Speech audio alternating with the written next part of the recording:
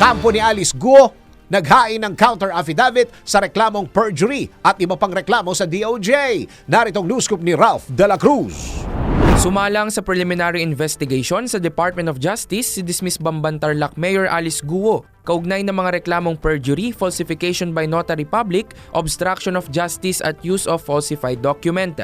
Ayon sa legal counsel ni Guo na si Attorney Stephen David, walang sapat na batayan ang mga reklamong isinampa laban sa kanyang kliyente. Kaugnay nito, nagsumite ng counter affidavit ang kampo ng dating alkalde para mabasura ang mga reklamong perjury at falsification na isinampa ng National Bureau of Investigation laban sa kanya, gayon din kay Attorney Elmer Galicia at 4 na iba pa. Bunsod ito ng inihaing notarized counter affidavit ng sinibak na alkalde para sa kasong human trafficking noong panahong wala na ito sa Pilipinas.